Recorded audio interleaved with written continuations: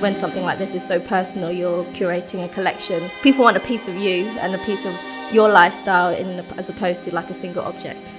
Hi, I'm T from Archive 6 and this is Known Source.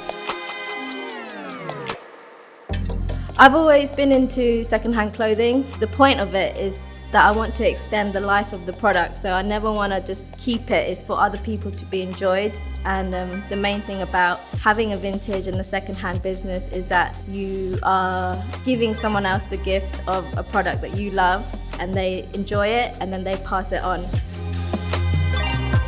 It's a more sustainable way to consume clothes. It's a more sustainable way to live. I think we live in such a throwaway society, like, oh, this is broken, like we don't have time to fix it. I get to know my customers quite well, actually. People don't know what they want until you show them what they need. And I'm like, look, I've just got this in, it'll suit you. Boom, you know, people buy from people. What excites me most about Known Source is the fact that they've been really careful about curating their sellers and dealers, which I think in turn will then curate the right type of customers. My top 3 designers for vintage curation is Jean-Paul Gaultier. I just absolutely love like the kind of late 90s, 95 to the early 2000s, that period. I love the mesh, I love all the prints, it's so outlandish, it's just so like kind of raw. Another brand that is important to me is Versace, and that is because of the prints. It's just kind of fun back in the 90s.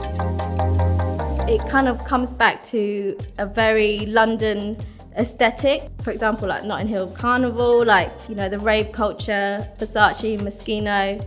Those kind of prints, I think, is integral to some of the history and the UK culture as well. And I think that's why it works really well in what I have.